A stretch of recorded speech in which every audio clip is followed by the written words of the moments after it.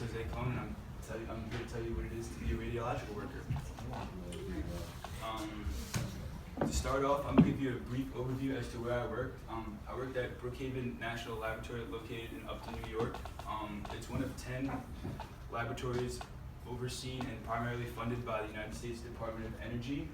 It was established in 1947 and is roughly 21 square kilometers. At the lab, the motto is passion for discovery, which falls into each of those three objectives.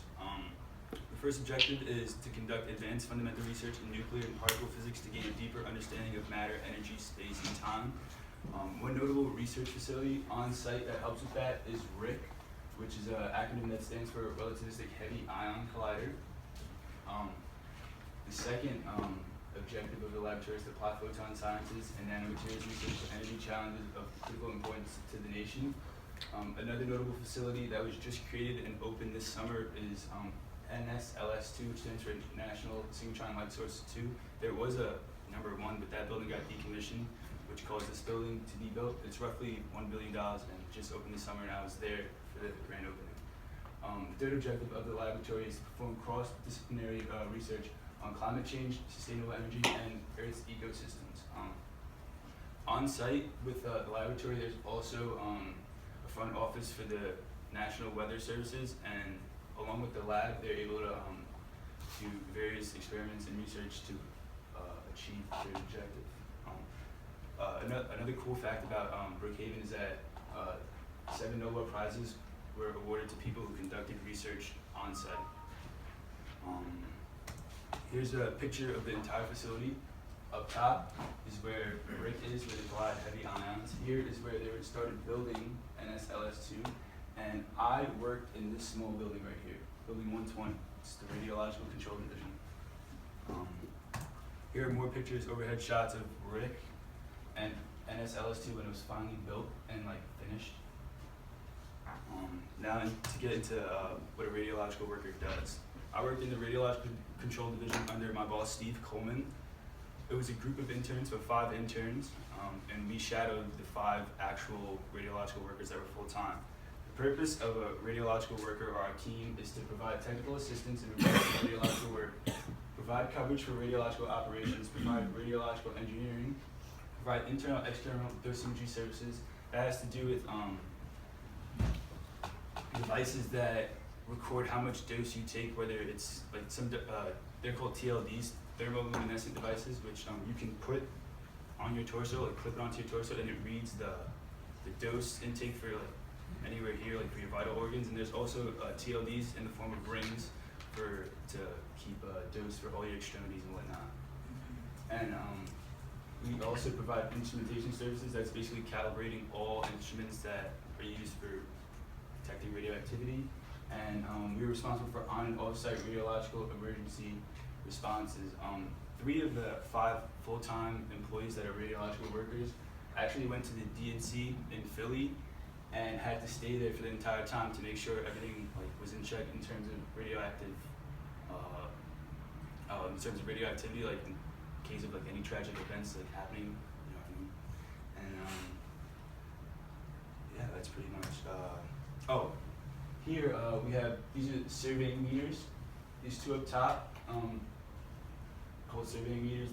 I would usually walk around with those, and they would tell me how abundant certain radiation was in a place. The units are counts per minute. So once the meter started spiking and whatnot, is when radiation was present. These down here, TLDs, the ones you can clip on your jacket to read the dose readings to your vital organs, and here's an identifier. So once you find radioactivity, you use this to determine which isotope it is and how much of it is present. I was in charge of doing radiological surveys of decommissioned buildings. My definition of a radiological survey is the tedious process in which an individual evaluates a certain area for any radioactivity that might be present. The goal of a survey is to discover, identify, and mark up areas where radioactivity is present. There's several steps before starting a survey that are just real simple. The first one is to view a radiological map of where you're going. An intern of the previous year created this map, and it shows normal radiation levels for everywhere on site. Certain areas on site range and background radiation due to what's happening in some of these buildings and who's working with radioactivity and who's not. Second, you have to view the building map that you're going to. This helps you determine which device you need to detect the radiation, whether if it's a big building, say like the Floyd Lewis Bake Center, you need a much larger device to detect radiation as compared to a room like this. Third, as always, you need proper PPE to stay protected. Fourth step kind of goes along with the second one, choosing your appropriate meter. And the fifth one, you have to make sure your meters are properly calibrated.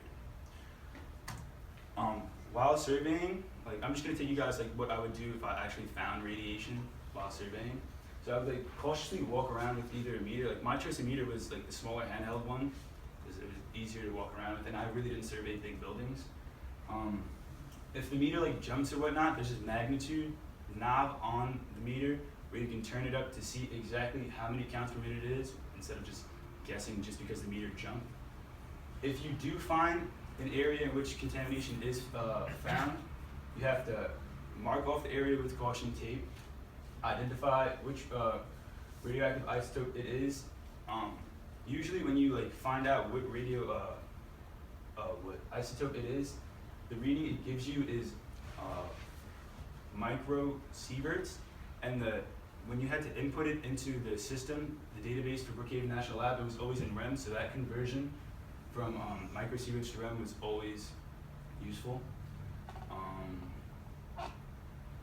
And you would also have to input other variables into this program, which you have to input variables that you found into this program as well.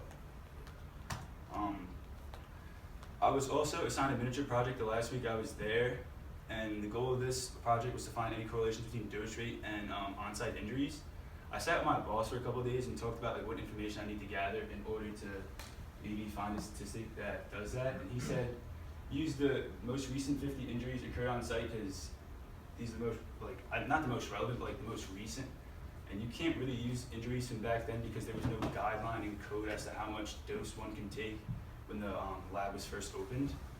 I would have to take the dose rate of each of these employees as well, the type of work they did at Brookhaven, whether it was radiological or not, and where these people lived to see what the normal background radiation was for them. But I guess it was like a joint project with me and my boss. We came to a conclusion that you really can't correlate dose rate with on-site injuries. Although there were some injuries related to dose rate, most of them were just accidents. Like one person got out of the bed of a truck and happened to break his ankle. Another lady that worked in my building this summer fell down the steps. And like it was just like freak accidents like that. But then there was also injuries related to radiation exposure due to malfunction in someone's PPE.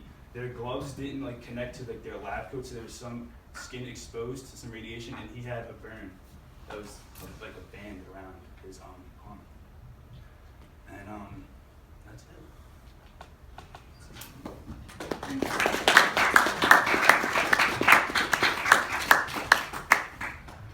Any questions for Lisa? How did you find out about this internship?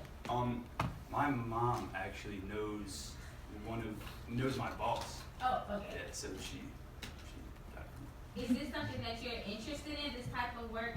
Because I guess it's not necessarily mathy or. Yeah. To be honest, they gave me a full-time job after college to work there, so I'm gonna do that and just pursue trying to become an actuary. Oh, Otherwise, cool. yeah. Awesome. Just make sure your gloves are on. Yeah, gotta tape them up. Right.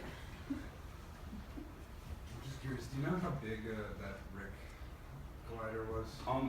If I'm not mistaken, he said the circumference was 5 miles. Yeah. It was huge. Want me to pull up that picture again? I'll pull it up. That's it right there. I took a tour around this entire ring in a car, and we were going pretty slow, and it took a good while to get around the whole thing.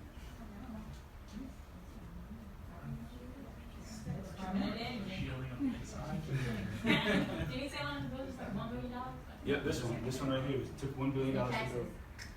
Yeah. Wow.